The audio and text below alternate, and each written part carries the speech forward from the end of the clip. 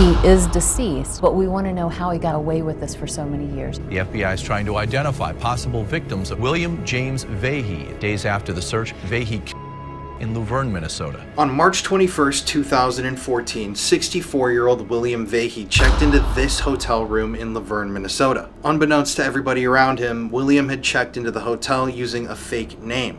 He actually made an additional reservation across the street with his real name. But what happened next in this hotel room is utterly disturbing. Shortly after checking into this hotel, William went dark, and just a day later, his dead body was discovered in this bathtub right here. When local authorities looked into the man whose body they had discovered in this bathroom, they discovered that he was one of the most prolific in world history, with hundreds, if not thousands of victims across the world. And he had unalived himself in this bathtub before justice could be served. Today's episode is going to be one of the darkest we've ever done. This story needs to be shared, and justice needs to be finally served for these victims.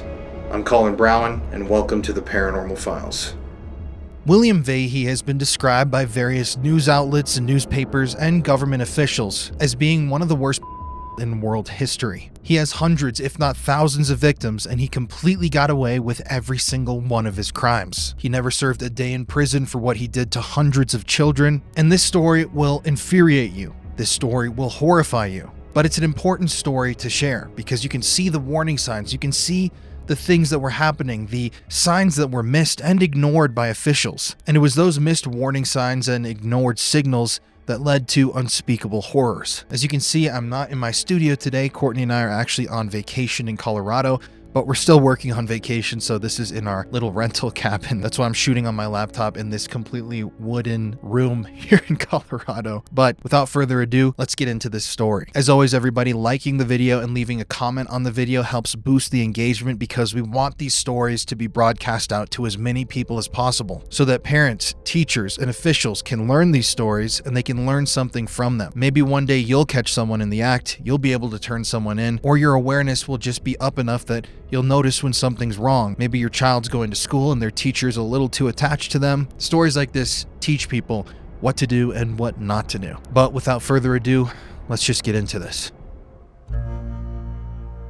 William Vahey was born in 1949 in West Point, New York. William was the son of a highly decorated World War II pilot, and sadly, when he was a young boy, he was and that series of attacks that William suffered at a young age would go on to influence him forever. After graduating from college in the year 1972, William Vahey wasted no time before traveling overseas. He was determined to become a teacher at various international academies across the planet and wanted to help educate children and give them a better future. By January 1973, he was in Iran, teaching at the prestigious Tehran American School. Throughout his life, William's chosen career as an international educator took him on a whirlwind tour across the globe. He went on to teach in Lebanon, Spain, Greece, Saudi Arabia, and Venezuela, shaping young minds while immersing himself in vastly different cultures. From 1992 to 2002, in one of his longest stretches of teaching, William spent a full decade at Jakarta International School in Indonesia, solidifying his reputation as a seasoned teacher with a talent for adapting to new environments. In 2009, William traveled once again, and this time settled in London, taking up a position at the South Bank International School, where he taught history and geography. He remained there for 4 years, a respected, and as we know now, deeply sinister figure in the academic world. August 2013 marked William's final move to Nicaragua, where he joined the American Nicaraguan School in Managua.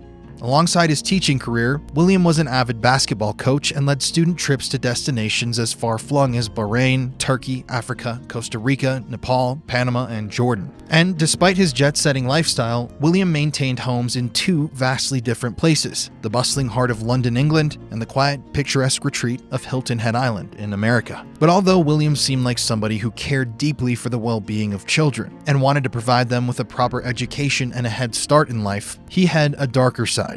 It seemed as though William liked children a little bit too much. It's almost unbelievable, but despite William bouncing between schools for over 40 years, his dark checkered past never caught up with him. Neither did the crimes that he kept on committing. No one seemed to know or even care that when William got his first teaching job, he was already a convicted offender. Back in 1969, while working as a teacher's aide in Long Beach, California, William was charged with lewd and lascivious behavior for touching the of boys as young as 7 while teaching them how to swim. And after he was reported to the police for these gropings, William found himself arrested and in court. When he pleaded guilty, he put on a whole act of remorse, telling his probation officer that he felt repelled and humiliated by what he'd done. He also admitted that he had started young boys when he was just 14 years old, while he was a Boy Scout.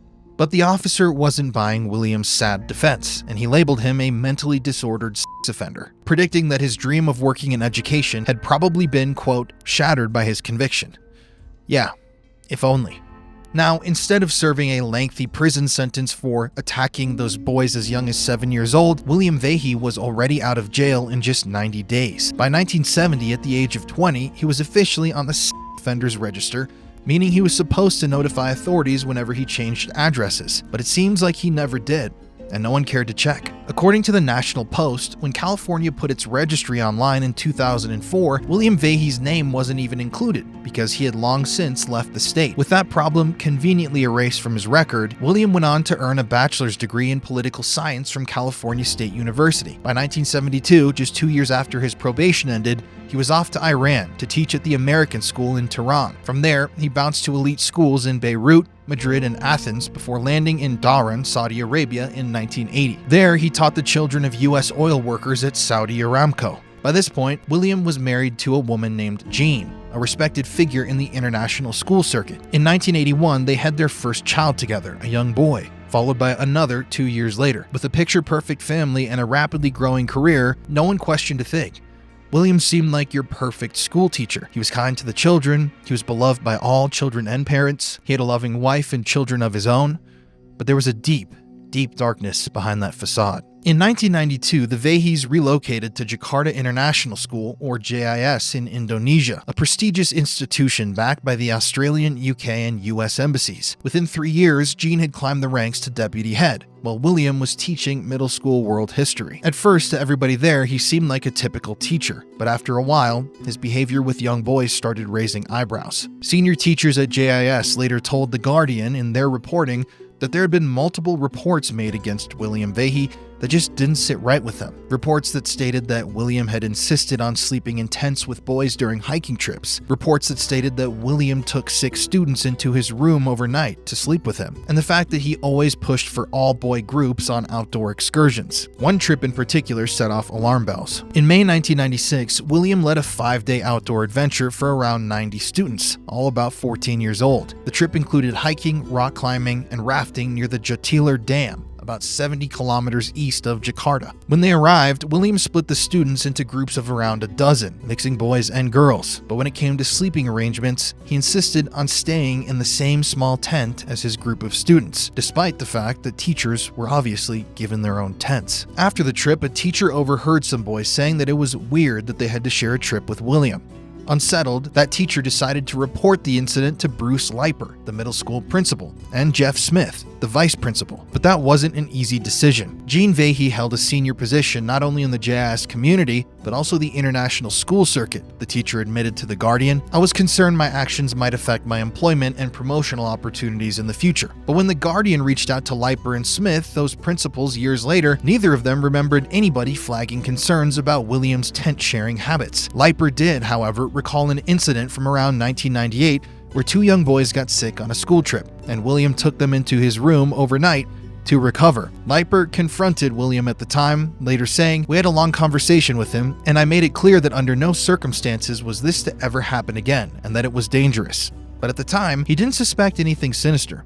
He was also quoted as saying, "We had no suspicion that Bill was up to anything, but knew this could be a problem." Wherever William went, he made sure that everybody knew who was in charge. William wasn't just another teacher. He carved out his own little kingdom in every school that he worked at. He could be moody and aggressive with his colleagues, constantly butting heads over how lessons should be taught and refusing to compromise on scheduling issues. Some teachers saw him as arrogant and full of himself, while others just thought that he wasn't the greatest at his job. Most people figured out quickly that avoiding William altogether was the best way to keep the peace. But when it came to the students, especially the young boys, William knew how to be the fun teacher. He built a culture that in this classroom we do things differently, and we will keep that in the classroom. Wink, wink, said a colleague at South Bank International, where William taught in London. Consider for that billion people who died at 1/6 of our world population, let's say, Wouldn't you consider that a very significant event for that 1/6 of the population that dies? It's significant, but the world population just don't die. You know, one of your problems is you come from a first world environment. The dying doesn't happen in your home, your neighborhood. Which environment do you come from? A third world environment? Let me ask the question. Thank you. I think you come from actually a rich May environment. I please? I think you'll find that the people living in Africa who are doing the dying have a very different viewpoint than your elitist attitude from the rich and wealthy first world nation you I don't represent. have an elitist attitude. Of course you do. If you're ready to say 1 billion people is not a great loss, we can survive it. We can survive 1/3 of the Europeans, no problem. We did survive 1/3 of the Europeans dying. In 40 years, the population bounced back from that. 40 years, my Mr. friend, Baby. the topic is not can we survive having half our people die? Yes, we can perhaps. But the issue is that offering a great threat to mankind? As we have 1/5 of our population dying, that's a great threat to mankind. It's not saying we're going to destroy all of mankind. We're going to say that we have to be defensive right now against threats to mankind like these diseases. If you pretend they're not a threat, you're not prepared to solve them when they're not. Patrocinado por Vahey and schooling. Rather than stealing, steals the virus and releases that. And we suddenly have half the world population dying. Oh, When's enough? Your time. why are you typing me? This is not like Tomorrow you got school in your face! You're gonna get school done. We're gonna put that on Facebook. William had a way of making children feel special, telling them things like, "The other teachers may think you're difficult, but I think you're wonderful." It was all a part of his grooming act. With parents and school leaders, William played a completely different role. The charming, responsible, upstanding teacher. In Venezuela, he earned a reputation as a generous, trustworthy guy, running Saturday morning basketball games for students, parents, and staff. In Indonesia, he made a point of attending church services with students' families, which former colleagues now suspect was just another tactic to gain their trust. He also loved casually mentioning his wife's high status in the international school world, as if that somehow made him more credible or trustworthy. And this was William's pattern. Once William had convinced everybody that he was a stand-up guy, he would start a travel club if the school didn't already have one. These trips gave him exactly what he wanted: easy access to children and almost total control. Even with a group of 36 students, he somehow persuaded his bosses that he only needed one other teacher to chaperone. If anyone questioned him, he'd brush off their concerns, saying local guides would help out. And of course, he handpicked which teacher would accompany him, dangling the promise of another trip if they played along with his rules. When trip planning began, William controlled every single detail. He was in charge of the accommodations, deciding who slept where, and he made sure that he had access to all of the room keys. At night on these trips, he'd pick which boys that he wanted to in a and would give them special food or drinks. And if these boys started feeling off or sick or drowsy, he'd dismiss it as food poisoning or dehydration, then either bring them with him into his room to stay the night, or he'd go to their room to stay with them. An official review in London later found that William deliberately targeted the most vulnerable kids, children with learning disabilities, language barriers, or troubled home lives. And one colleague who had gone on a trip with William recalled that he always carried a personal camera, a camera that he would never let anyone else touch.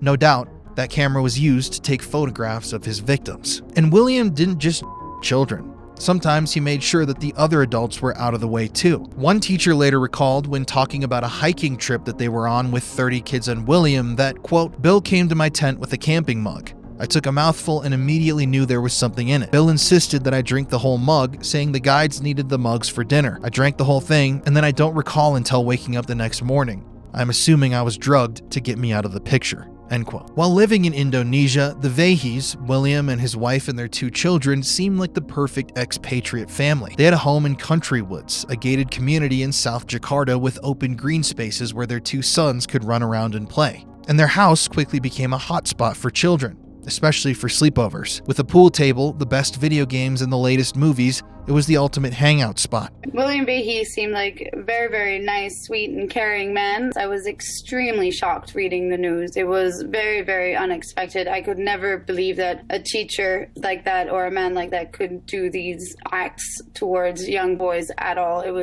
was extremely shocked reading the news. I had to double check the site that I was on to actually see that I was on the FBI page, because I was thinking if this was some side of sick joke that someone had pulled, or or something like that. So I had to keep looking up to actually see which website I was on while reading the news. I went to a trip with him to Mexico I think we're about 20 students, both boys and girls. It was basically half and half. We went to see cultural sites, historical sites, whitewater rafting. He included himself in every single activity we did with boys and with girls. So he seemed like a very normal teacher. But of course, there was a dark reason behind William's generosity towards the children. These sleepovers were the perfect opportunity for him to target young boys. One of those kids, who we're going to call John, later came forward to share his story with The Guardian. Even as an adult, the memories still haunt John. One night when he was around 14, he and a few friends crashed in the Vahey's living room for movie night. But as they were watching, something weird happened. They all started feeling really tired and dozing off, way earlier than expected.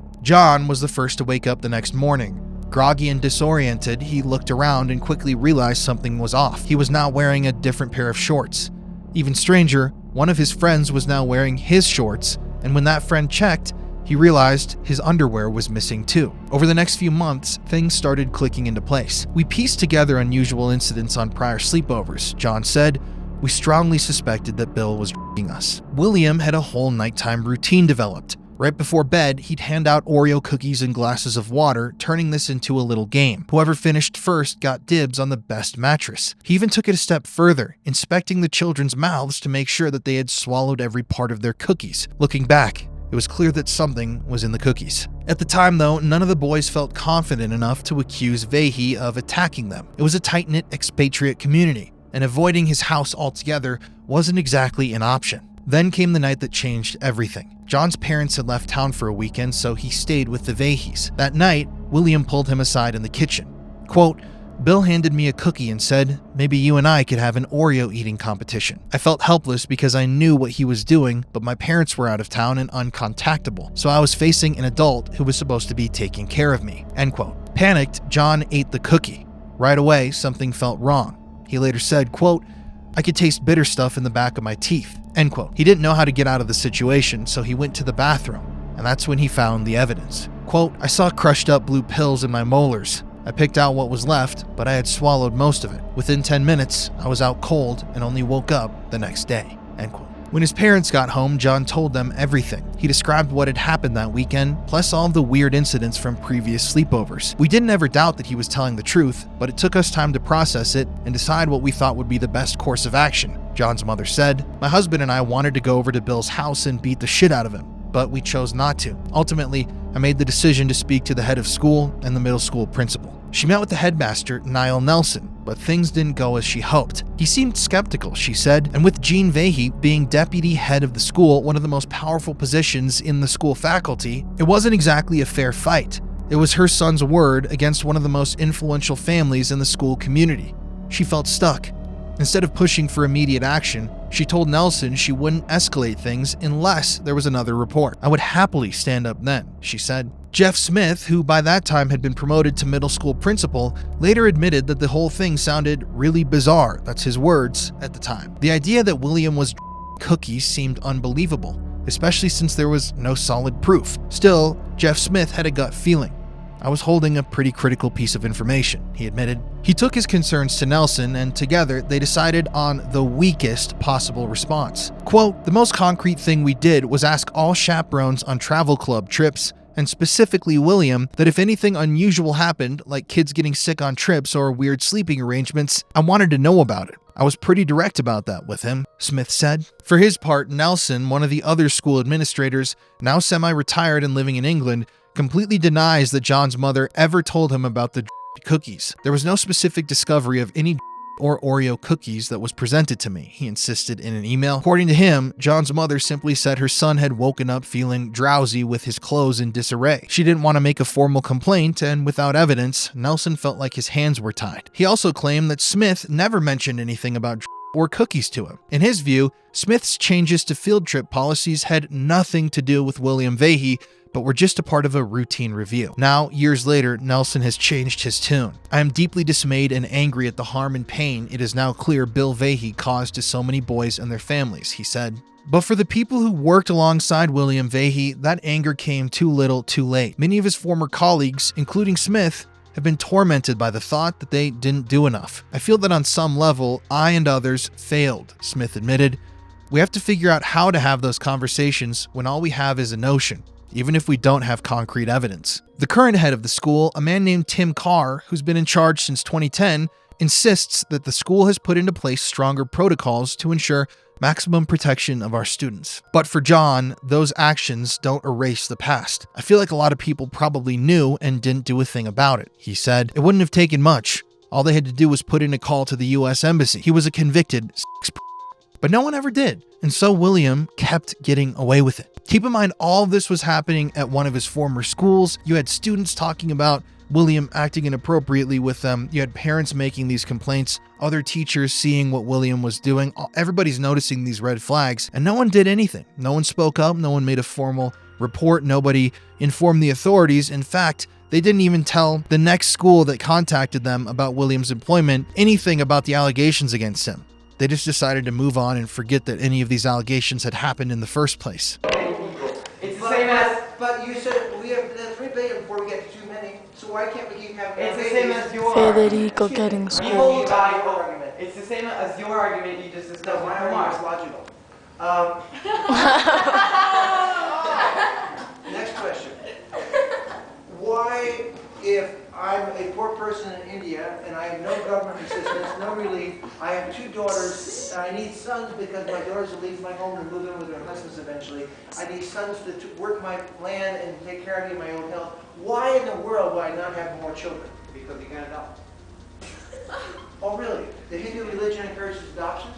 No, but you can still adopt. Oh, so I can break my religion also? No, it's not religion. Now, there's no proof that Jean Vahey knew anything about what her husband was doing, and when London's Metropolitan Police investigated, they concluded that William acted alone. We're going to talk about theories on that in a little bit, but Jean, to this day, never responded to interview requests about her husband's case, and most of his crimes seem to have happened on school trips, when she wasn't around. But many parents, teachers, and victims can't help but wonder, did William use Jean's status in the international school as a shield for his crimes? Even if she had no idea what he was doing, her influence might have made him feel untouchable. People didn't want to cross her, not just because of her power, but because of her charisma, said a source from the Jakarta International School. An official review later found that William once threatened a department head after he had received a bad review, saying that Jean's influence could put a concrete ceiling on their career. Jeff Smith, that former colleague, summed it up. You knew who his wife was all the time. Without hard concrete evidence, it felt like he was bulletproof. By 2009, Jean had moved to London, taking over as CEO of the European Council of International Schools. William was eager to follow her and applied for a job at South Bank International School, casually name-dropping Jean's new position in his application. He sold himself as an educator who took students on life-changing trips, boasting that his spring break adventures offered experiences far outside a typical family vacation,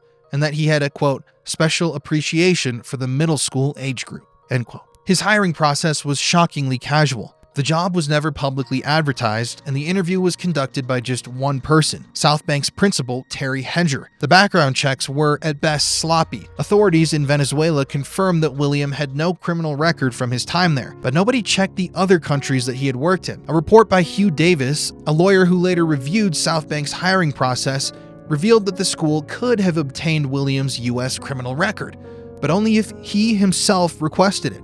They asked him to do so. William never followed up, he never got a copy of the record, and they never followed up with him either. They just decided that it wasn't important. Even though if they would have seen that criminal record, they would have seen that in the past, he had already been convicted for children. But this wasn't just a South Bank problem. A broader investigation into international schools found that most institutions had a dangerously lax approach to recruitment. Few schools even attempted to check every country where a teacher had worked.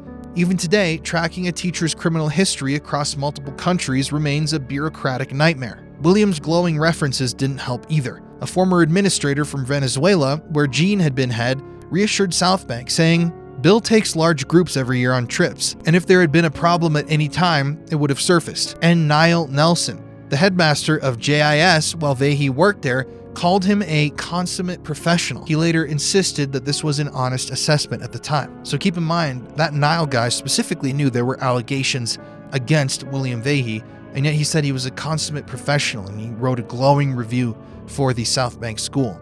So many of these former School officials just failed to mention that William had acted so unbecomingly with so many of the students, and that's partly why William was allowed to keep victimizing these children. Now, by the time that William arrived at South Bank in 2009, the school was a mess. Parents were frustrated by its leadership, teachers weren't being held accountable, and the place was basically running on autopilot. By 2011, a group of parents accused Cognita, the company that had recently purchased the school, of prioritizing profits over education. And William fit right into the chaos. Some teachers thought he was just an oddball. Quote, "It was like he had a traveling suitcase of lesson plans and his travel group," end quote. One teacher said, whatever school he came to, he would not deviate from that. Over the next 4 years, William led 11 trips, taking students to places like Nepal and Jordan. After every trip, he'd put on a slideshow for parents and staff. And one parent recalled how disturbing these slideshows were. Quote, "We couldn't believe what we were seeing. On the screen were pictures of boys in their trunks, a 15 girl in her bikini. He gave a 15-year-old boy a Babe Magnet award. It was so uncomfortable," end quote. Teachers were noticing things too. Over the years, William's behavior was flagged on 4 separate trips. Reports ranged from seeing William take these sick boys to his room to spend the night to insisting on being completely alone with ill students. William was even reported for discussing inappropriate topics like with children. Hugh Davies, that attorney, in his later report, concluded that there was a, quote, "clear pattern of intrinsically inappropriate conduct," end quote. Enough to have stopped William long before his crimes were exposed. And yet, once again, nobody ever stopped him. So you had William giving these creepy slideshows to parents with their children in varying states of undress. You had all these parents and people that were on the trips with William reporting into the school authorities saying William's taking children to be alone with them. These kids are getting sick and William's insisting he's the only one that should be with them. People are reporting that he's this weird oddball character. All of these signs, like from the creepy pictures to his behavior towards kids and the isolating the children, that definitely should have been enough to stop him. And yet just nobody did. In one rare instance, William actually did get in trouble though. A parent had complained about an inappropriate comment that William had made to students, and as a result, he was pulled from the next trip. This was enough to send him into a tailspin. He emailed the principal of the school, Terry Hedger, venting about how the decision had, quote, "really impacted my self-concept," end quote. He claimed that it would, quote, "undermine my reputation and standing in the community," end quote. But the principal of the school, Terry Hedger, reassured William and said, quote, "Don't worry, your self-concept should not be affected. The problem is that some vindictive parents have found a way to put unfair pressure on the teachers," end quote. Years later, when questioned about this response, Hedger admitted, "I'm not able to give a justification or explanation to these comments." He told The Guardian that if he had known then what he knows now, he would have done a lot of things differently. Sadly, detectives from Scotland Yard, which is essentially like the UK's FBI, eventually established that 53 young boys aged 11 to 16 from that school in London, South Bank International, appeared unconscious in the digital photo archive that was eventually discovered in William's possession at his final teaching destination, Nicaragua, which we're going to discuss in a moment. Detectives then contacted the families of all the boys who had been on William's trips and posed an awful question to them. Do you want to know if your child was among the victims? Parents were told they could meet with a detective and a social worker assigned to their case in their homes, in a police station, or in the social worker's offices. One parent was quoted as saying, "My husband didn't think our son should go, on the basis that you can't put the genie back in the bottle, not knowing the severity of what is in the photographs, whether it was full touching or n. I went on my own and had to decide whether to share what I was told with my husband and son. I had to ask myself, however awful it is, can I live with that?" End quote. But many decided not to find out. There's such a feeling of wanting to sweep it under the carpet. A source close to the school community told The Guardian, some people want to embrace it openly, while others don't want to talk about it ever again. By late 2013, William was in Nicaragua, planning his retirement. Everything seemed normal at the time. He was coaching basketball, emailing old colleagues about his new life, and even boasting that Jean, his wife, would be speaking at an education conference in Mexico. Then, in November of 2013, something changed. William's personal housekeeper stole some of his electronic devices from his home, and a few months later turned in a flash drive that they had discovered to school officials. And when they opened it, they were horrified. Inside were photos of at least 90 unconscious boys, partially dressed or completely. The images, taken between 2008 and 2013, had been meticulously organized by William into folders labeled things like Panama Trip, Costa Rica trip, and basketball trip. It was then when school officials discovered that William had been doing this for decades. The head of the American Nicaraguan school, Dr. Gloria Dahl, immediately confronted William, and he confessed everything to her. "I was as a boy. That's why I do this," he reportedly told her, according to an FBI affidavit. "I've been doing this my whole life." Those are direct words from William Vahey. A few days later, when William didn't show up for a planned Skype call with Jean, his wife, she called the school to check on him. A staff member went to his villa and found him unconscious on the bed. And at 10:03 a.m., Dr. Dahl, the leader of the school, sent out an email announcing William's death, saying, quote, "It is with great regret that we inform you that Bill Vahey, our 9th grade social studies teacher, has passed away this weekend. He will be greatly missed, as he was truly an integral part of our community," end quote. Keep in mind, this was after she had confronted him, and he had admitted to having been boys for his entire life. This is the head of the school, writing in an email, "He'll be greatly missed. He's an integral part of our community." A very sad message. And just days before, she had discovered that some of her own students had been photographed in compromising positions by William, and that he had done things with these kids and had been doing things like this for decades. But William wasn't dead. As flowers and sympathy notes flooded William's office from parents and faculty members, forensic officers at the scene noticed faint signs of life. He was rushed to the hospital, and to everyone's shock, he survived. William's miraculous recovery prompted another email from Gloria Dahl, the leader of the school, where she said, quote, "This is wonderful and miraculous news. We think this is the most marvelous Thanksgiving day that we could ever imagine," end quote. Once again, she is celebrating that William was brought back to life, treating him in some sort of a godlike manner, saying this guy is like the best teacher they've ever had. Like, "Oh my God, we're so sad and we're so happy. Oh my God, William's alive. This is glorious and marvelous." But she had just discovered days prior that William was a serial child that had been targeting students at that school. When he came out of his stupor, William told people that he believed he had been bitten by a venomous spider. In reality, this was likely his first failed attempt to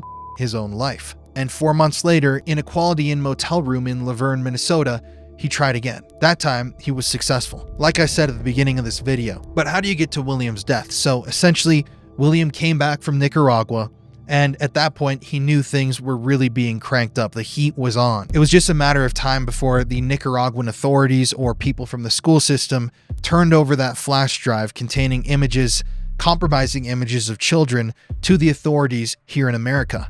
So William knew that that was happening, and he knew he didn't have much time left. He had some family members living in Laverne, Minnesota, which is a very small town near where I was born and where I grew up. It's like 20 minutes away from where I was born. And so that's when William decided to go to that hotel. He got a hotel room at one hotel, then he checked into another room across the street. One of those rooms he gave a fake name, and in the other room, it was at that point when he wrote out a letter, left some of his belongings strewn out in a very specific manner, and then he plunged a knife into William. Wasn't heard from after that, but shortly afterwards, the next day, the housekeeping staff noticed that William wasn't responding, and so the manager used their key to get into William's room, and that's when they found his body completely frozen with rigor mortis, and obviously blood sprayed everywhere. Now, it should be noted that before this happened, Gloria Dahl, the leader of that school in Nicaragua that William had worked at for 7 months before he was discovered to be the serial, she had turned him over to the authorities in Nicaragua, and at one point the authorities in Nicaragua had gotten into contact with the FBI and authorities here in America. So there was actually a thing set up. So William wasn't arrested in Nicaragua. He was just fired from his position. And so at that point, that's when he had decided that he wanted to come back to America. And the Nicaraguan authorities had set up with the FBI or some other agency that when William landed in America, they were going to have a representative right there at the gate to take William and question him and hold him for questioning. But that's not what happened. So somebody from the FBI did have an agent ready to speak with William when he landed in America, but it's still unknown what exactly happened. William clearly wasn't detained for these crimes. We don't even know really if they made contact with him when he got off of the plane, or if this was another case of them completely dropping the ball and allowing this to roam free. I mean, think about it. At this point, William was at what he knew was the end of his life, so he could have done anything. He could have gone on to victimize more children. He could have tried to go out with some sort of sick and twisted bang. He could have even tried to kill his own family or hurt people that he knew. And he ended up doing one of the worst possible things. his own life, which has denied justice for so many of these victims. I mean, with him, William took so many secrets to the grave. Especially when you dive into this world of researching people like this, you know that there's so much more that happened that you'll never know about. So many things that a person like William did that will never see the light of day. Allegations and crimes that will just forever remain unknown. But yeah, the FBI completely dropped the ball there. And then afterwards, after William was found dead, they scrambled and asked the public, hey, do you guys know anybody that's in these photos? Do you have any information on William? But it was too late. They had already let their perpetrator escape without having served a single day in prison for any of those crimes. It's just shocking. It's really shocking. Minnesota death of a teacher accused of victimizing as many as 90 boys in 9 different countries did not end that investigation. Instead, it led to the FBI to do what it rarely does, talk about an ongoing case. The FBI is trying to identify possible victims of accused William James Vahey. It says a search of a USB drive found while he was working at an American school in Nicaragua turned up images. Why and how he ended up in Laverne, we're not exactly certain. If in fact he went out to be with relatives and family, but nonetheless he did end up in Laverne, and that's ultimately where he took his life. A British private school says that 50 to 60 images of its students were found on the computer drive of an American teacher. The FBI has asked for international help to find victims of William Vahey, who worked at 10 international schools spanning 4 continents over 4 decades. Without a doubt, this is certainly one of the most prolific suspected sexual predators that we've seen, given the numbers of children, potential victims, his position of trust, and so forth, and some of the allegations and the methods that are being alleged that he may have employed while committing these crimes.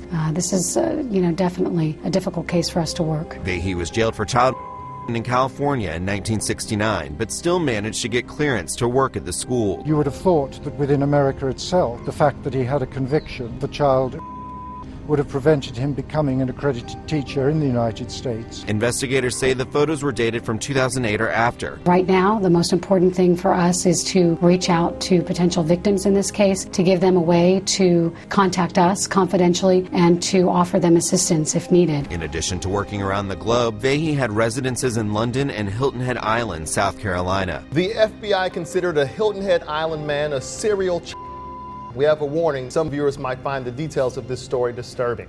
Now, Vahey owned a $1 million home on Green Wing Teal Road. That's inside the gated Sea Pines Resort on Hilton Head Island. It's kind of hard to say that somebody from Hilton Head would really do something like that. I mean, right here in Hilton Head, kind of hard to believe. It does surprise me. You do feel protected in this type of a community, but it does happen everywhere. The FBI told the sheriff's office to direct callers to the FBI office in Houston if they have any information. In the 1973 yearbook of the Tehran American School, the teacher so many knew and trusted as Mr. Vahey, now revealed to be a who had that trust for years. For parents of pupils taught by Vahey around the world, these are agonizing times. We know there's a lot more fallout to come, and I think that's what we're dreading. It's what comes next. Because the pictures only go back so far. We don't know, are there other pictures that are going to be coming out? Whose children are on those pictures? My heart goes out to them as a mother. It was here in California that Vahey began what was to become decades of his conviction for child here in 1970 as a 20-year-old swimming coach should have put him on the offenders register for life. That it didn't, that risk he posed wasn't highlighted, remains one of the big questions in this case. Just because Vahey chose not to face justice, investigators say they won't stop seeking it. Greg Milam, Sky News, Los Angeles. And it should be noted that when William was found, he was found in the bathtub with a pillow behind his head. His clothes were folded neatly. He had left a note for his family members. I've never seen the contents of that note. I don't think it's ever been publicly released. And a coroner who was quick to make his judgment. It says even right here in the Guardian article, Deputy Coroner Dr. Richard Morgan recorded that there was no sign of struggle. Morgan pushed his finger easily into a deep wound in Vahey's chest and concluded, cause of death, inflicted knife wound to the chest. And that was it. The story of William Vahey was over. But it seems like the people closest to William in his life weren't exactly repentant for the things that he had done, and they weren't even feeling very sorry for the hundreds, if not thousands, of victims that William had brutally victimized over the years. You see, weeks after William's death, the news of his crimes finally broke in America and across the world. But before it did, Jean, William's widow, organized a celebration of William's life. Quote, "Bill's passing has left us all heartbroken," she wrote in an invitation. "We fully expect everyone coming to bring their bourbon and Diet Coke, wild travel story, and favorite Vahey joke." End quote. She also suggested that some donations go to a children's charity in Haiti. She also added on that invitation that friends and family members of William Vahey's would, quote, "toast a man that lived a life that made a difference." End quote. You can't make that shit up. A guy that the FBI is calling one of the most prolific in world history, a man that victimized hundreds if not thousands of children. Jean had to be aware of the allegations that were made against Bill time and time again at all these different schools by both children and faculty members. And she had to know that the FBI, on the day that William died, had been looking into getting that hard drive open. They were waiting for a search warrant in Houston to come through on that day that William died so that they could open the thing up and take a look at those disturbing photographs. Jean had to have known that this was what her husband was, and yet she still decided to throw a big party saying that he was a man that lived a life that made a difference. A terrible difference, a horrible difference in so many hundreds of children's lives, if that's what you're talking about, Jean. I don't know how William could have impacted the world in one good way. I mean, this is one of the most evil men that was ever born in America. And after William's death and the FBI announcements that they were looking for children that could have been victimized by William, they received hundreds of messages and hundreds of inquiries, and it was stated that they had been in contact with hundreds of potential victims of Williams. Now, eventually some of those schools were sued by victims of these crimes. The head of the school in London said that they were desperately sorry for hiring William. More messages were leaked showing that William had been accused many times of all these crimes. There were all these different reports that were generated, correspondences between these schools and William, chastising him for his behavior towards kids, were leaked to the press, and yet William was already dead, so there could never be any true justice for these victims. They would never get their day in court. They'd never get to see William behind bars. He had taken the cowardly way out before having to answer for anything he had ever done. But having grown up in Sioux Falls, South Dakota, just 20 or so minutes away from this motel where one of the most notorious in American history had died, I have to say died because we have to be careful in this video, I knew that we had to go check the place out for ourselves because I have so many questions for William. And if there was a way that I could ask those questions, we had to go try. And so in January of this year, on a frigidly cold Minnesota winter day, we headed to Luverne, Minnesota to investigate the room where William's body had been found and where he lived out the very last few moments of his wretched life.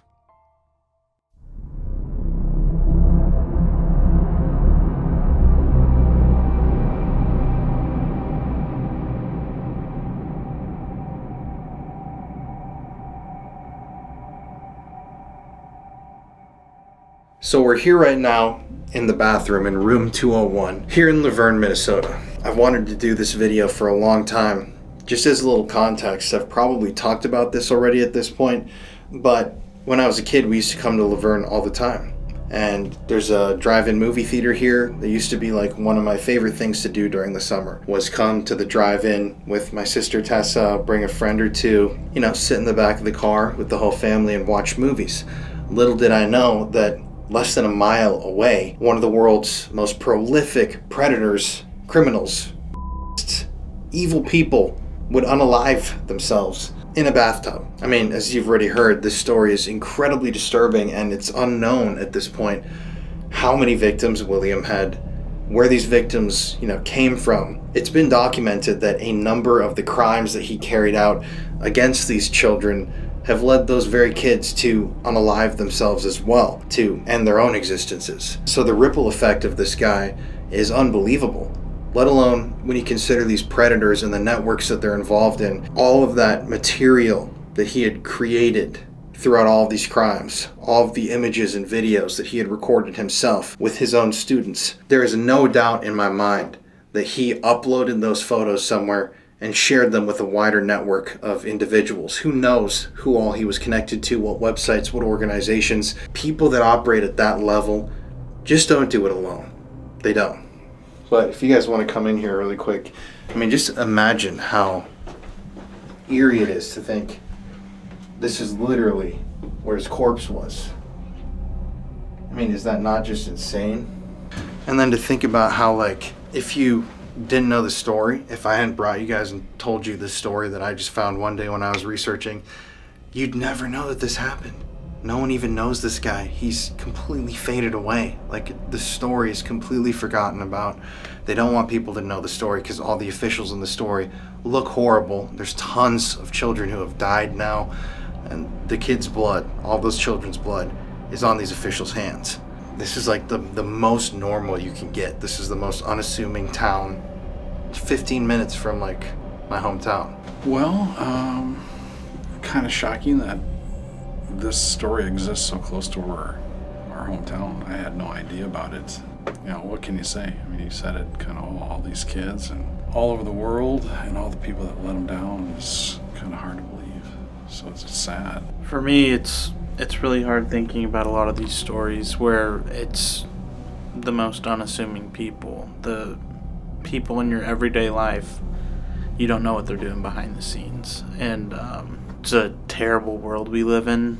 I mean, it's not like this is a new thing that's been happening. This has been an ongoing problem in our world. Children are being victimized and nobody's doing anything about it. So it's really tough being in a place like this. Yeah, it's super sad, and you just think, how can this be? It looks like such a normal hotel, and kind of scary thinking about people that just check in here and have no idea of what happened, and it's got just like a really bad energy to it. So it's just nice. It's a terrible story, but nice to try to get a little bit of awareness and justice for the kids that it happened to. And what about coming here when we were kids and just finding this out? Oh my gosh, I have no idea. And this was always just where we'd go to the drive-in. And fun during the summer, that was a big deal that we did. And now it kind of it's really creepy thinking that this motel is just down the road from the drive-in. And it happened during the time that y'all would come down here, too. Exactly. Yeah. We were coming here right then. And we never even heard about it living in Sioux Falls. Yeah, right. I should ask you guys. Did you guys ever hear about this? Because Sioux Falls is what, like 20 minutes from here? 20 minutes? I never heard about it. We've had other cases like of predators, but nothing to this extent ever. But I don't remember this at all. You would think we would have heard about it. Right? Isn't that weird how they try to bury stories like this? I mean, it didn't happen that long ago even, and like, you come check in here, they don't tell you. No. Yeah, you're staying in the suite tonight. Well, I'm like, that's like the kind of crazy stuff that I'm talking about, though. Like, every hotel you've been to, you have no clue what's happening there. Ugh. Yeah. Yuck. Well, so the bathroom is its own thing, but we have a ton of devices here this evening. So if you guys have seen our content before, normally people know us because we all ghost hunt together at notorious haunted locations. But in the last year, we've done a lot of investigations and documentaries attempting to expose the problem that is child exploitation, child tourism, on the dark web, rings, all these horrific crimes against children that people don't talk about. So tonight we're going to be using the tools that we normally use for these ghost hunts to try and speak with William. If there was going to be a tortured soul or an energy that's not at rest, not at peace, I would imagine that there would be that energy in this room. I would like to ask him questions. You know, how many victims did you have? What else did you do that you never told anyone about? What other crimes did you get away with? Get it off of your chest so maybe you can move on to whatever the next level is for someone like you. So that's what we're going to try to do. But to begin this whole thing, we're going to spray a little bit of luminol and see if there's any blood left from that initial crime, because if you remember, doing this sort of a thing is very gruesome. And as we've seen in the videos that we've done in the past, bleaching blood out and, you know, trying to cover blood doesn't always get rid of the blood. We've detected blood stains that were over, 30, 40, at the Villisca Axe Murder House, over 100 years old. So, let's do it. You guys ready? Mm-hmm. Yeah, let's do it. All right, lights out then.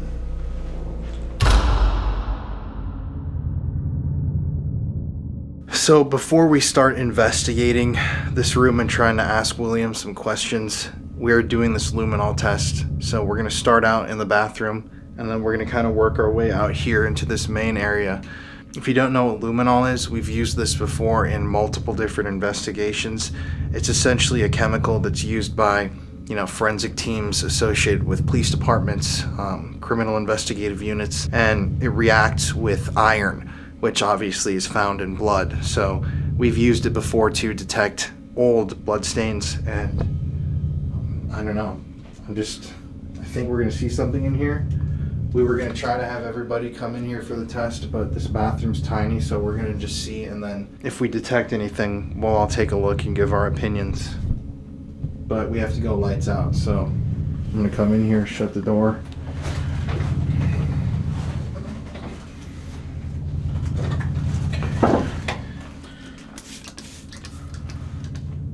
Here, I don't know if this is like a false positive, but you can see on the camera that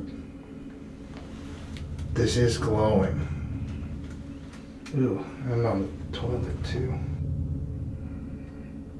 Ugh. So I don't know what to call that, but you can definitely see that it's glowing.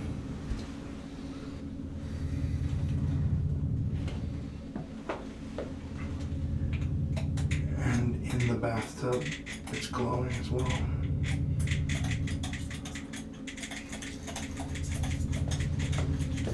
So there did seem to be some glowing in the bathroom. I don't know what that is. Could be just an issue with the water or something that was used. But we're gonna try right here on the floor too, because if they would have taken his body out, it would have come through here.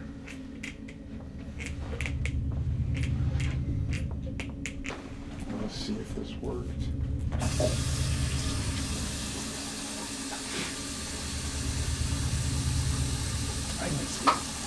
Yeah, there is a glow.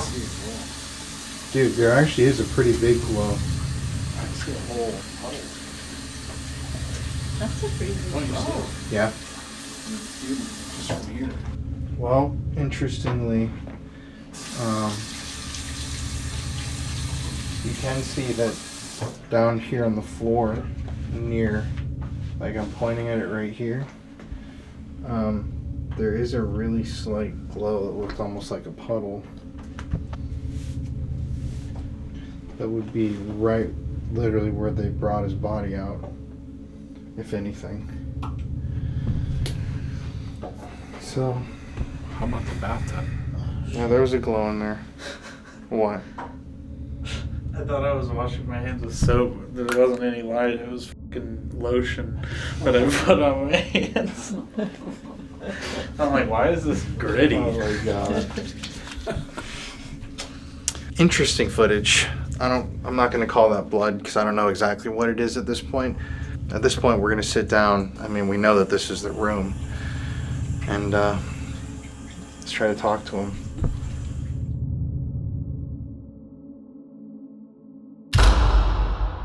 Right now, we're calling out to William Vahey. William, you had your own life inside of this room, and we know that you were interested in children your whole life. I know no one has ever tried to speak to you inside of this room, but I have a feeling you're stuck here because of what you did while you were alive. William? Judicial. Mm. Stuck here because of something. The shutters. William, just try to use your voice and speak with us and answer our questions, please. Your honesty is going to be really appreciated, and maybe it will help you to get somewhere better in the afterlife, because I'm assuming you're not in a great place. William, are you here with us? Daybreak. Daybreak. William, are you here with us?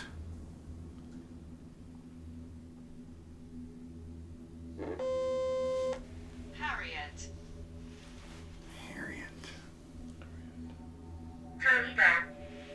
Toledo. Larry. Is there anybody here with us right now?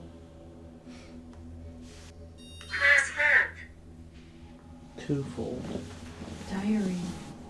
Nancy. All three of those at the same time. Twofold diary, Nancy. Is there anybody in this hotel that remembers William Vahey? Thwart. William, maybe you're not going to directly answer our questions, but we think that you committed more crimes than are known. Is that true, William? They say that you victimized about 90 children. Were there more victims than that? Right? Yeah, a little tap over there. Mm-hmm.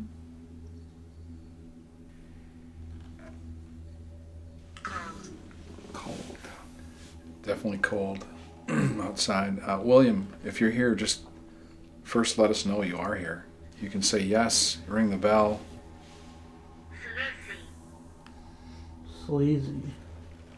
Sleazy. William would definitely be sleazy. Not possible.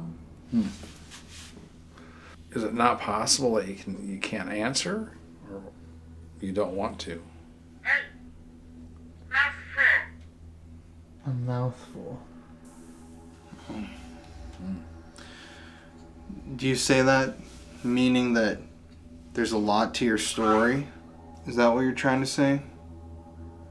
There's a lot that you need to admit to?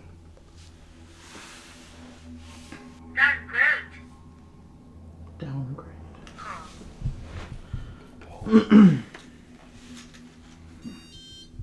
Killed me. No, William. No one... Well... Oh. That's interesting. William, I don't necessarily believe you, but are you trying to say that you were murdered in this room?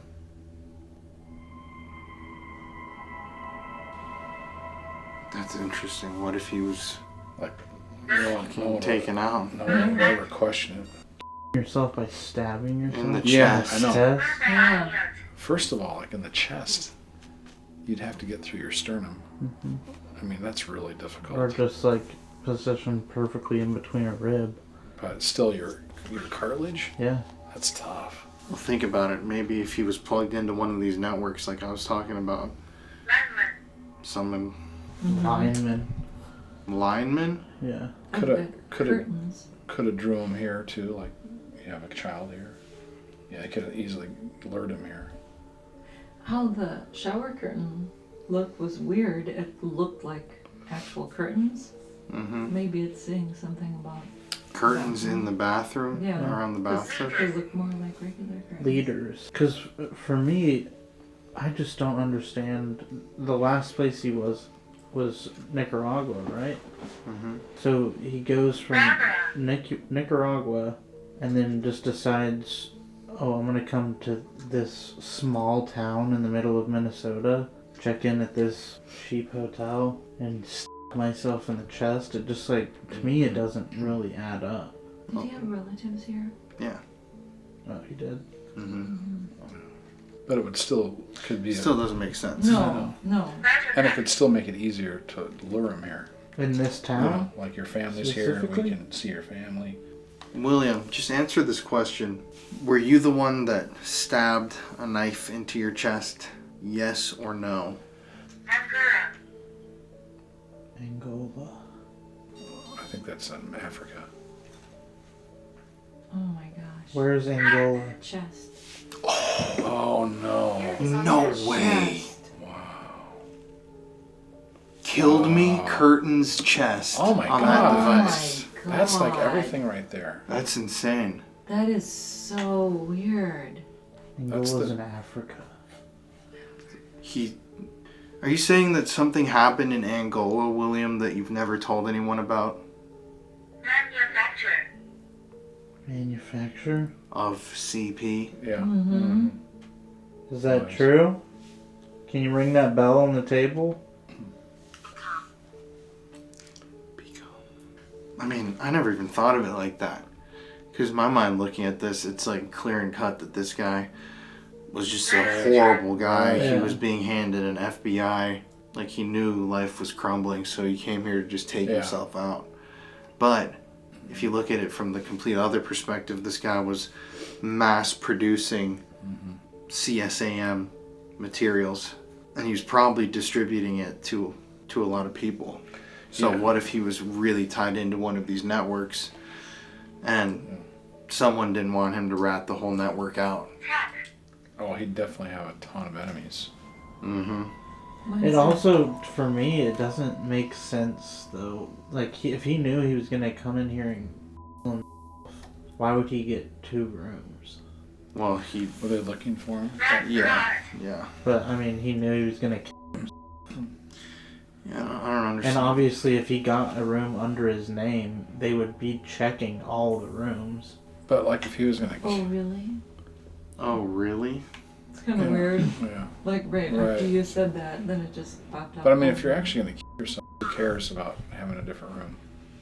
Well, he just did check in. So that's what's weird is he did it. But yeah, that's what I mean. Maybe he was trying to get away from someone, right? That's true. That is true. What if he was That's running what from I'm somebody? thinking. That's a weird angle, actually. Check in a fake room. Yeah. Until you can get out of town. Because I mean, if police were coming here to look for him. So again, if you were going to end your life, why would you get 2 rooms? Just get check in and get it over with. I mean, It doesn't really make sense. That doesn't make sense. To get the room under your name. So William, can you try to speak yes or no out loud? Feather top. Comforter? Feather top. Oh, feather top. Thwack. Thwack. Were you taken out, William? Did someone take you out? Is there something that you want to tell us about what happened in this room? Goblet. Goblet. Don't shout. Don't shout. Coworker. Coworker killed him? Someone involved? Yeah. A lot all of a sudden. So William, just try to answer yes or no. Or tap on this bell, light this thing up, say it out loud. We'll be able to interpret any of those as a positive yes. Did someone kill you? Are you sorry for what you did to all those children? Wallaby. Let's turn this thing on. Yeah. We can keep all these running. Okay. So this device right here is a dual port. It's essentially linked up to a spirit box. Is that distract?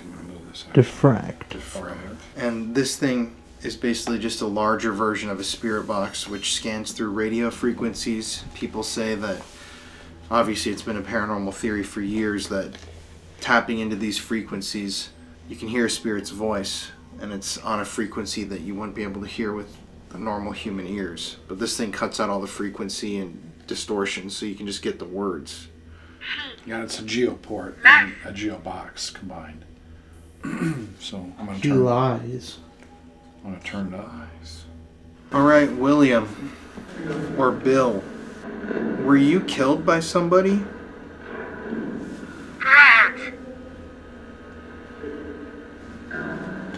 Well, is that what you want us to call you, Bill? Yes. Did it say Bill? Evil here. Evil here. Your device is picking it up. So, Bill, tell us clearly, did you end your own life, or did someone kill you in here?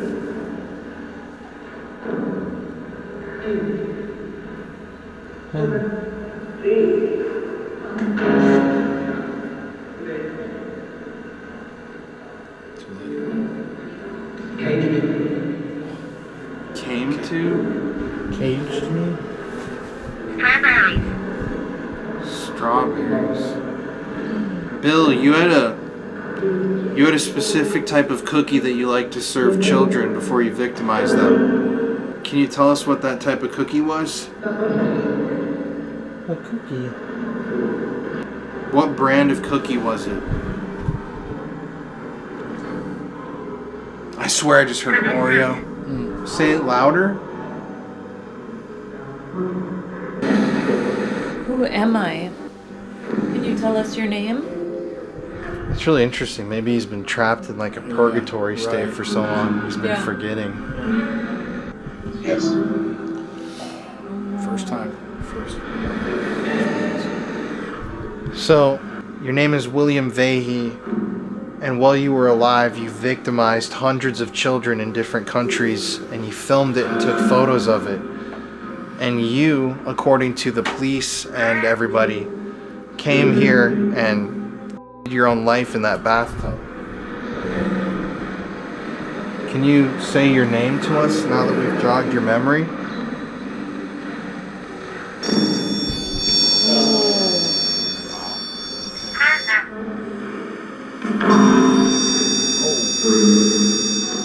Wow.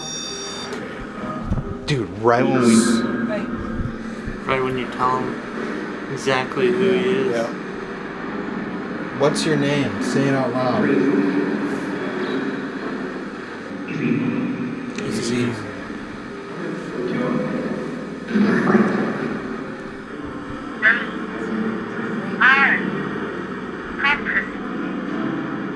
They're pompous.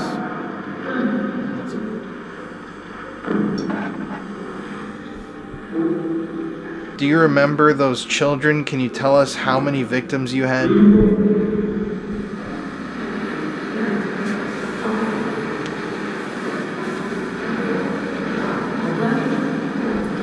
Maybe as offensive as it is, we have to stop referring to them as victims and start talking to them more about like how many kids did you do stuff with? You know what I mean? William, how many children did you make videos with? Do you remember that? Opera House. Beth.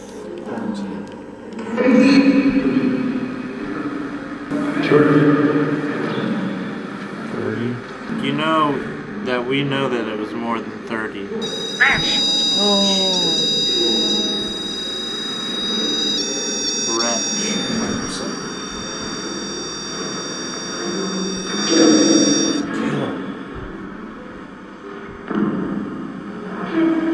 Do you not like that we're calling you out?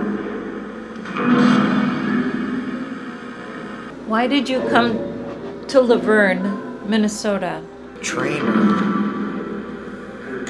Train? Didn't it say something else It about said trainer? No, no, it was... Can you tell us if you unalived yourself? I didn't. Or I did it. It could be either. Yes or no? Did you take your own life in here? Just say yes or no.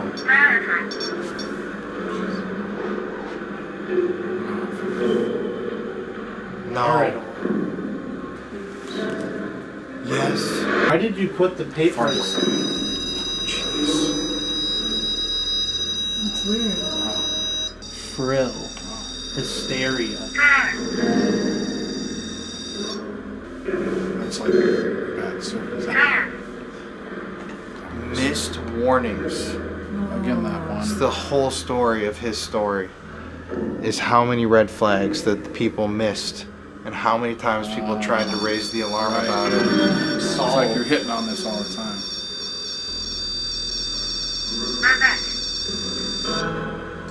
So William, let's just talk about your crimes for a second. Why did you choose children? What made you so attracted to children? Thrive. Did you feel like you were thriving? We know it was said that you were also a as a child.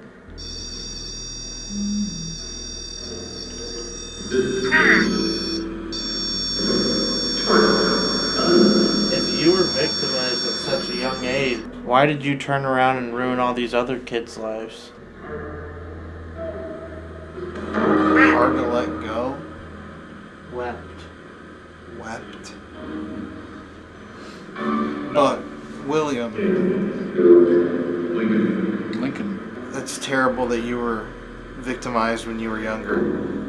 But it's no excuse and it's no explanation for why you chose to go on to victimize hundreds, if not thousands, of children.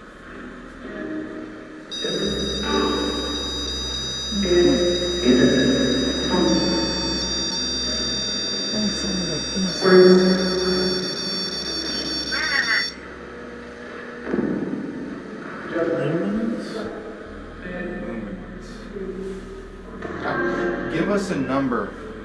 How many victims did you have in total? Admit to it, and maybe stuff will get better for you.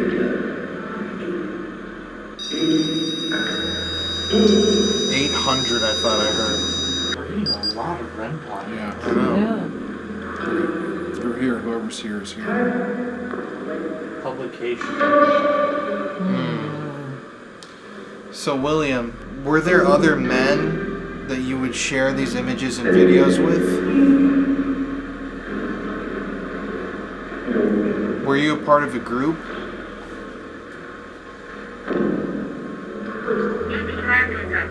Of course. Were you a part of a group? So, was this group that you were involved with? Beware of.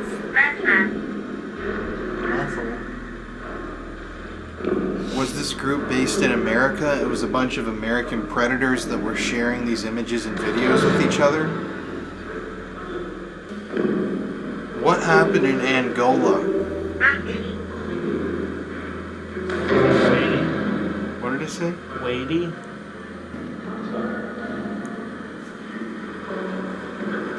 It's Pop-Tart. Did you give Pop-Tarts to the kids to lure them into a room?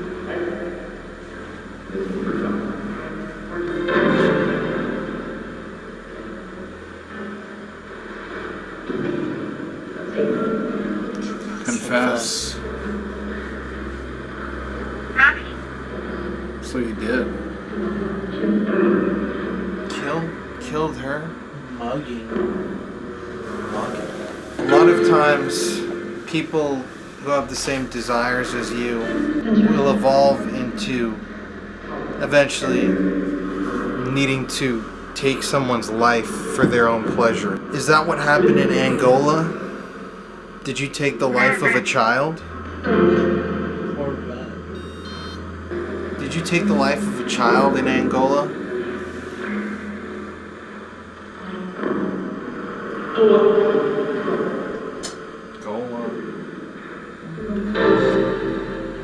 Maybe we should just use the spirit box for a second. This is not giving us anything. Look at when we paused for a second, it said they knew. See, which is like exactly what we've been talking about. They knew. So we didn't necessarily have that much luck with the dual port. I don't know what was going on with that. And look at it said questions, left questions, right when we quit. Like there's still questions that William wants to answer. This also said they knew, see payment. So once again, some sort of an organization. So we're gonna do a little spirit box session and just see if using this this device will give us more answers. William, we know that you're here. Can you just say your name for us so we know that you're here?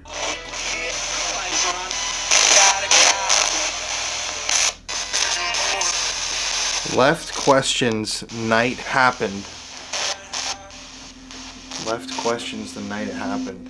What do you mean by that? What questions were left unanswered?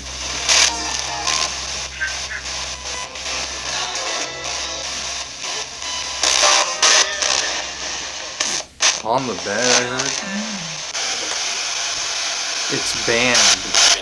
I got banned on this too. Recently? Where? Well, it doesn't show it anymore, but It did say ban on my device. I mean, this is weird. Payment, it's banned. It's definitely talking about purchasing CP or CSAM. McKay? William, are you saying that you bought and sold child materials?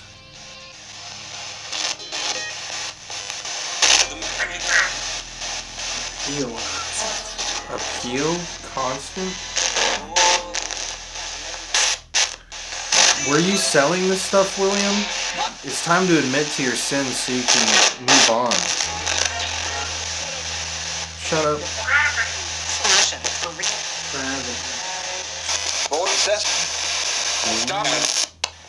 Buried deep. The secrets are? Or children? William, it's time to get this off your chest. No. First time it's like you won't talk. It's too bad, William. You need to tell us the truth, and maybe God or somebody will forgive you if you admit to this. Did you ever physically harm a child? As in, kill them?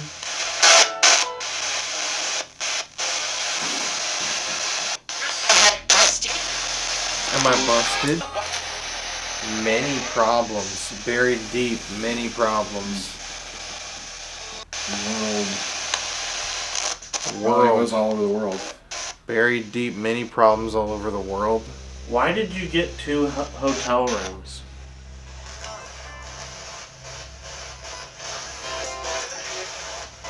Were people looking for you? Sleazy again. Oh, that's kind of weird. Don't speak. Indexes. Don't speak about the indexes. He was killed so he wouldn't speak about the indexes of these websites on the dark web where children are filmed and tortured and uploaded. We're not going to speak for a second, William. If you have something to get off your chest, say it now. Oh, in a motel? That's kind of weird. World, Jim. Just tell us, did you kill someone? Even if you didn't kill them, were you there when a child died, filming it? Yes. It took him a while to admit it. Good job admitting to that. Is that what happened in Angola? Look at it. Watch curtains. Again with the curtains. That's weird. And the curtains are in the damn bathtub. And they were just arranged so weird. Not like a regular shower curtain. Yeah, right. Okay, so William, you said you killed someone. Did you kill a child or an adult? The rain? We know you traveled across the world. What happened in Angola?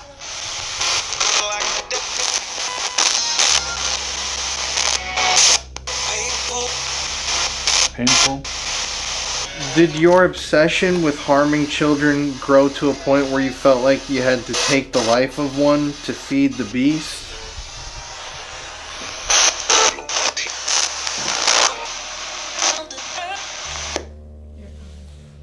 So right now we're going to do a DR60 session. This is just a voice recorder. So we'll all just go around in a circle and ask and see if we can get William to respond. Do you want to do a certain topic? William, before we do this session, can you just answer or hit the bell for a yes like you've just done off camera? Are we correct? And it's got to feel good to admit to this stuff. That you were... So, is that a yes? That you murdered a child in the country of Angola? Just admit it. Get it off your chest. It's got to feel good after all these years. Tap that bell one more time or use that device. All you have to do is say it out loud, yes or no. Yes.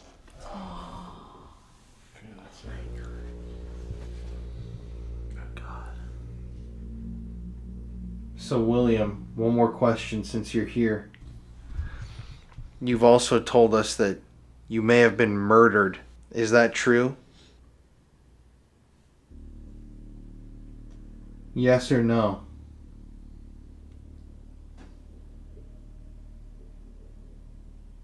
Yes. What the hell? That's the first really time that's weird. been The done. first thing it's been doing. Yeah. So, Hasn't even happened murdered before. a child. He was murdered actually here. I think it's kind of crazy to think, too. We turn off all these other devices, and then it's like, okay, I'll use these two, like, kind of yes or no devices. Mm-hmm. So, William, did a bigger network kill you? Were they responsible for your death?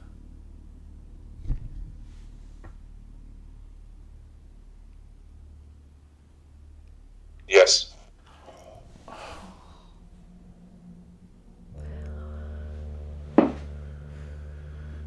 This is insane that this is all of a sudden just Yeah, I mean, respawning. it It's was like doing he's learning. none. Yeah. It was Maybe doing we've opened the gates. I mean, doing zero. like you said, it's not like anybody else has done, like, ghost hunting in this room trying to talk to this guy. He wouldn't know how to use this stuff, so now he's Exactly. like, trying to figure it out. I gotta get a new battery for this before we do the Wow. DR60. No, don't. William, were you selling these photos and videos to other predators?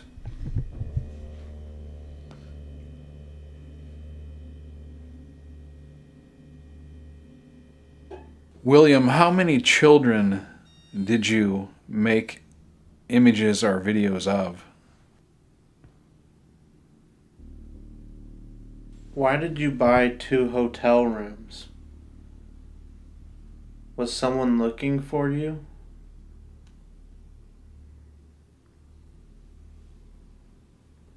William, where are you right now? Are you paying for the terrible things that you did to people?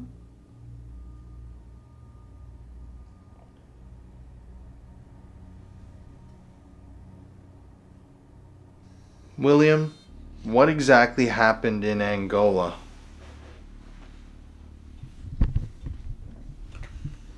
Hold up, I'm gonna pause this. What did that just say? On a mountain, a child? Oh my god. Look at, show that to the camera. Wow. Oh, that's strange. On a mountain. I mean, I wonder if there mountains in Angola? we're gonna have to look. Let's listen to this before we keep asking. Are you f***ing kidding me? That's the whole session that I just captured. No way. What?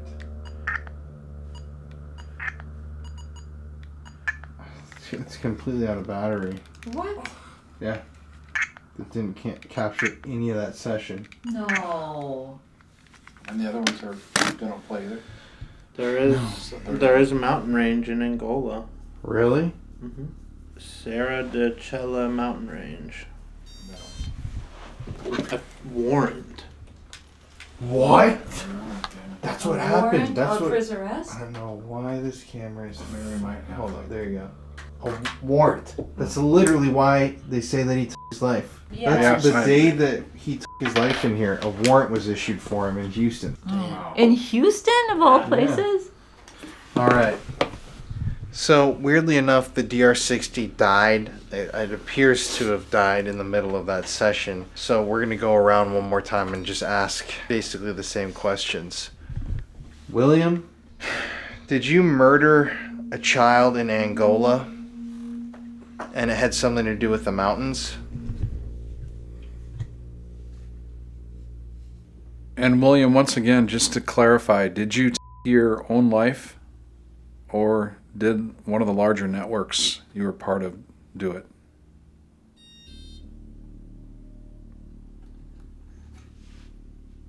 Did you know that the day that your life was ended, a warrant was issued for you? Was somebody after you? Can you tell us who they were?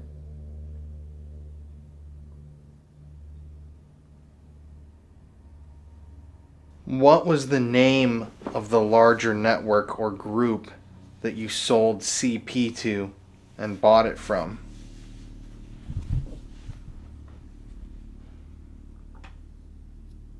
How much money did you make from selling the CP? And do you still have it stashed somewhere?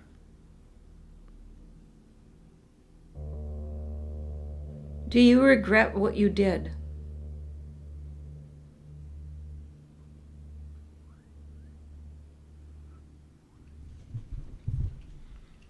And my final question, is there anything else that you did or were involved in that you never told anybody about that you'd like to get off your chest or admit to?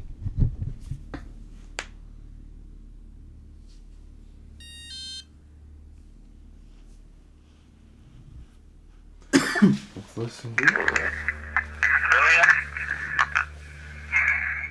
murder a child in Angola and it had something to do with the mountains?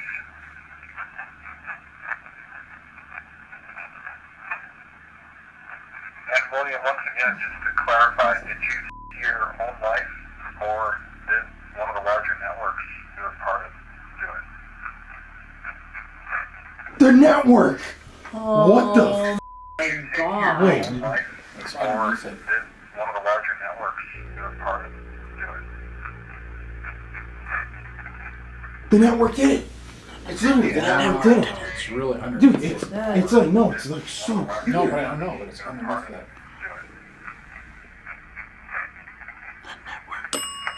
Oh. Your life was ended. A warrant was issued for you.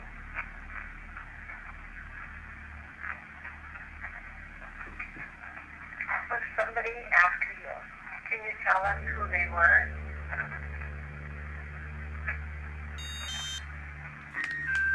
David? Who was after you? David? Okay, that's kind of What's weird. weird, right when you asked that? Weird. Who the f*** is David?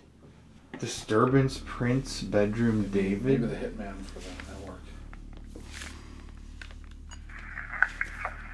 What was the name of the larger network or group that you sold CP to and bought it from?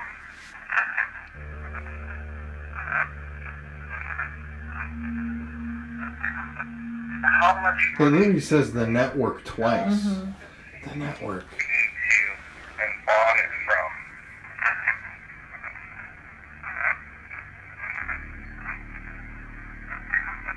How much money did you make from selling the CP? And do you still have it stashed somewhere? Do you regret what you did?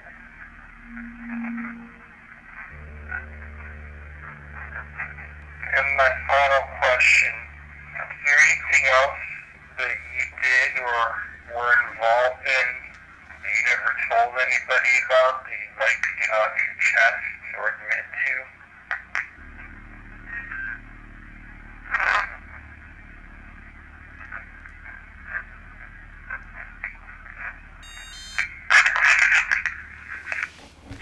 to? The clock. Wow. Well, There was definitely a network. Yeah. That's And really crazy. I think we feel like, right? He's murdered by the network. I mean, it clearly says it on here. In addition to all the other evidence. It's really bizarre. And also, I mean, being killed by the network doesn't necessarily mean that, like, someone came in here and killed him. It could have just been like, if you don't yourself, we're going to. Or your wife and kids. Yeah. Kill your wife and kids. Well, at this point, I think we have to do an Estes method. I'm going to sit in the tub, and I'm going to put headphones on. If you don't know what an Estes method is, you basically listen to the spirit box and read out what you're hearing, and you blind yourself. So I think it'd be interesting. We can set up a phone call, and you guys can sit out here, and I can sit in there and ask the questions. Or you can ask the questions to me, and I'll be in the tub where he his own life. All right, everybody. So for a chance to win a free gift bag from our channel, all you have to do is like today's video. So hit the thumbs up, the like button, and comment in the comments section, not in the chat if you're watching the live premiere, disturbing. You just have to comment that one word. Go down to the comment section right now and type it out. Maybe you can leave me a message. I love hearing from everybody that watches the videos. I try to interact with as many people as possible. And by liking and commenting on the video and obviously sharing the video on your social media, you help us boost these messages out into the world and you help us raise awareness. So we're not doing this for a superficial reason. It shows YouTube that people are watching these videos and that they want more of these videos to be produced. Anyways, y'all, make sure to comment disturbing and like the video. Let's get back to this. So right now I'm in the bathroom and I'm sitting in the bathtub where William, obviously, we believe he now was possibly murdered, but this is where his corpse was found. He had knife wounds to the chest. And this is what he would have been looking at, which is an eerie concept to think about. But I'm going to put this blindfold over my eyes. I'm on the phone with everybody, and I'm going to let them ask the questions while I sit in here. William, if you're in here, please try to speak. All right, guys. I'm going in.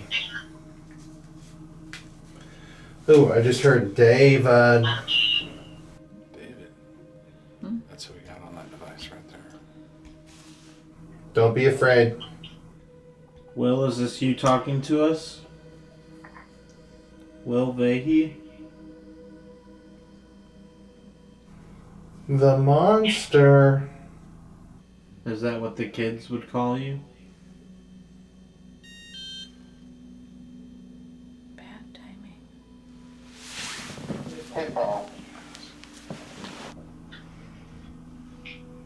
Get in. Who are we talking to? It's me. Can you tell us your name?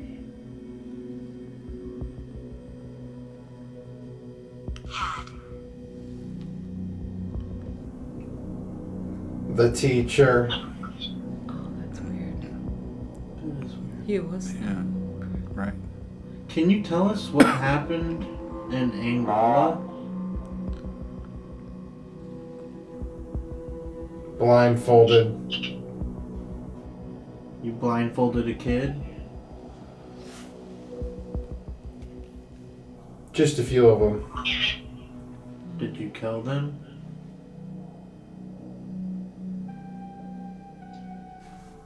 They're dead. Where did you put their bodies?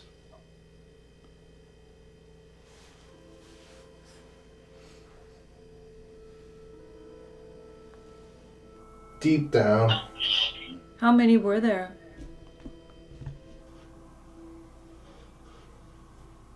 Kilimanjaro. Again, Africa. Maybe more than Angola.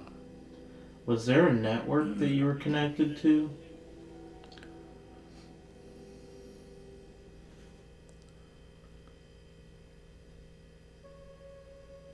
The light of the Lord. Did you operate a network in Africa? Not just Angola, but the whole of Africa? There were many more. You were connected to a lot of different groups? Ugh, I get a really creepy vibe sitting here actually. Thinking like this is actually where... Are you in the bathroom with Colin? Ugh. It made me gag. I'm getting really bad energy in here. Well, this whole apartment or I room. I've just horrible felt energy. terrible. This is like the worst in a long time. The playpen. Is that what the network was called? Voodoo. There's more than one person or something. That is the I think that's well established. Where was the network based out of?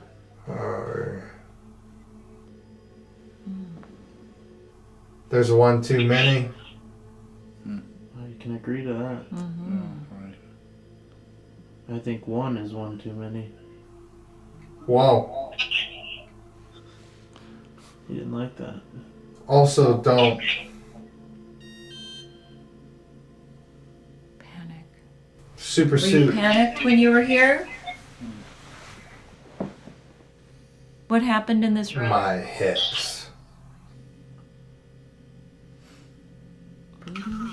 We done a lot. Why did you buy the 2 hotel rooms?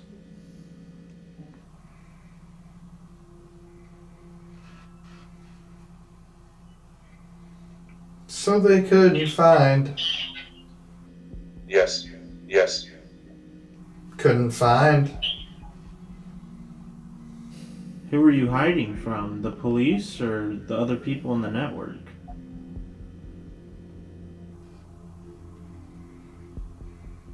The dirt house.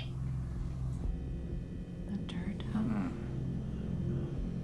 There's a prince in a dress. Maybe in a dress. In a different country. Maybe in Saudi Arabia or something like that. Mm-hmm. Hey, mister.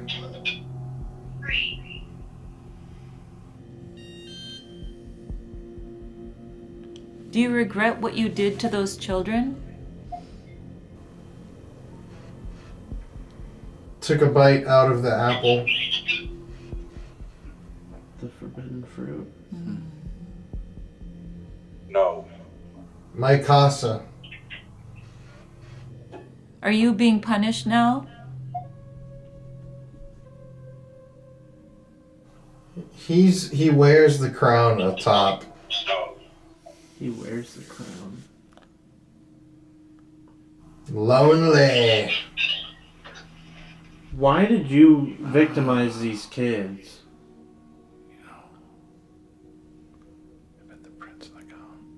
Do it, they said. Who told you to do it? Listen to me. The chain starts young. Did the person... I keep hearing David. I've heard David like 3 times. David. Was David an alias that you would... It made me sleep better. Yeah. Change it up. Did the prince in a dress, could that be like a powerful Saudi Arabian prince? Tiny baby. Ugh. So never again. There's a chance. Okay. It's a holy matter. Is there anything you can tell us about these networks that you worked with? Would you let your kid join? Hell no.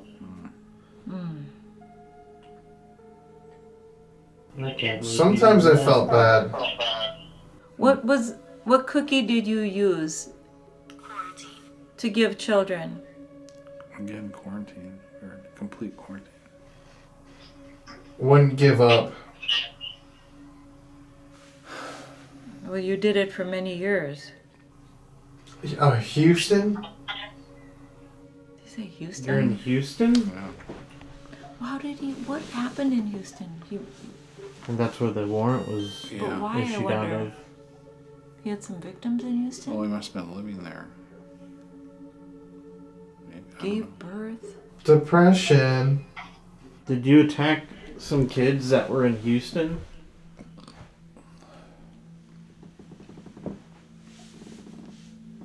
You had a child of your own. What was her name? Or his name? Poor mom. Yeah, I feel bad for your kid's mom too.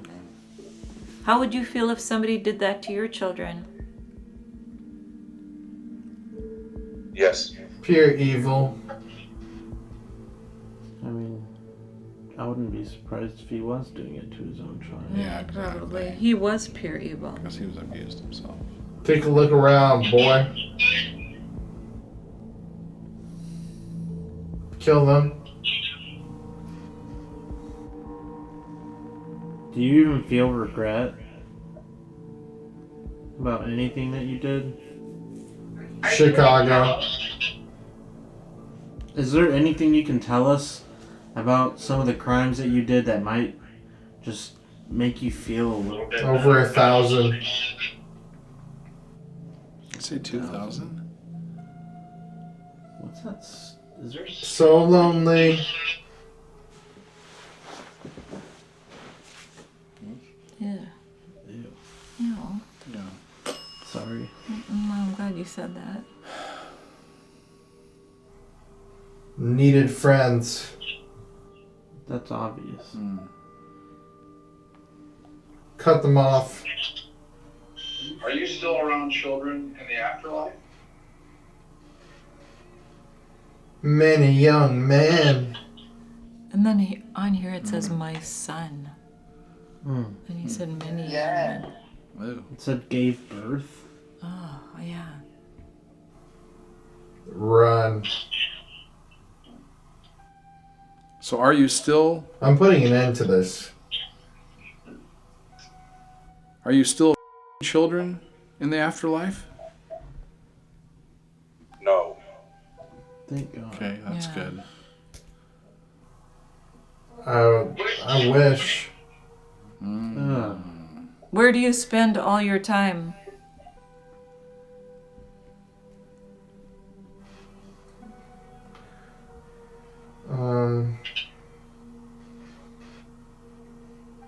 Your Holiness. Grab the little girl. It says protect them. Brother? I gotta say, I don't have the freedom. I'm glad you don't have the freedom. I think all the stuff that you did in your life, you are a terrible person. And I know that you were victimized at a young age, but that should have taught you. You destroyed lives. People need to be protected from you. Just let me die. After tonight, that's what we're gonna do. Is there anything you have to say for yourself? Ooh, Jeffrey. Maybe. Crucify your sins. Crucify your sins. Is that what you did to yourself? Down there. Are you in hell? I'd say down there. Mm-hmm. I don't know. Yes. Yes. Mm-hmm. Yes. I hope it sucks. It's fun, actually. Yeah, you can go fuck off. Yeah. I'm glad you're dead. I'll smile for hours with every touch I take. You need this guy the time. It, I'm pulling him out. yep, it's 12. Okay. Okay. Time to, he is terrible. No.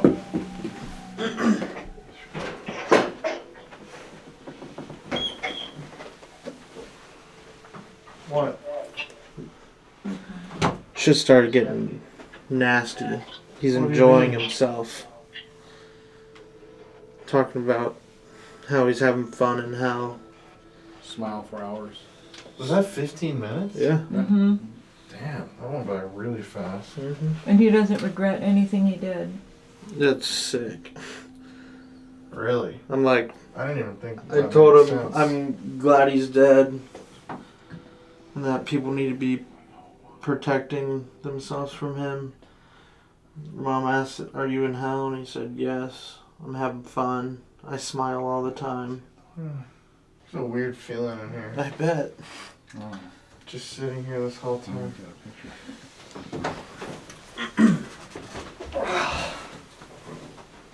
Oh. It's just, that's a hard thing. What a weird night. Whoops. I think we're done.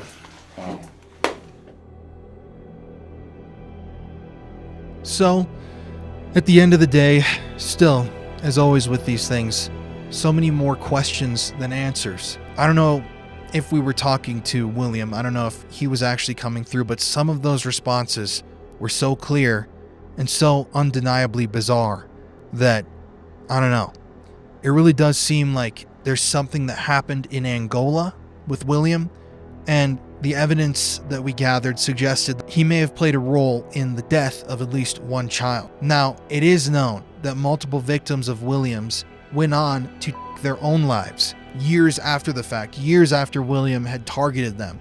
There are multiple children that grew up and then could not live with what had happened to them and ended up taking themselves out, which is so horrible. So William is almost a serial killer in his own way, because if those children had never been targeted by him, then they would definitely still be alive and with us today.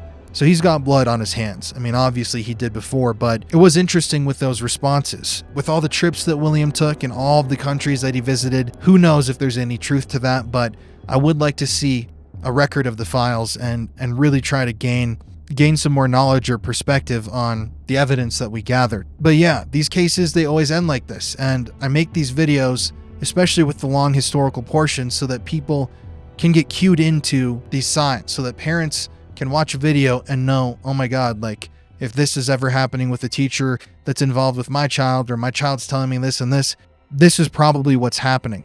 We need to raise awareness about these problems, and I'm doing it in any way that I can. This was a video that I've wanted to film for a very long time, and yeah, it turned out even darker than I thought it would be. But we'll be back next week with another spooky episode of the Paranormal Files.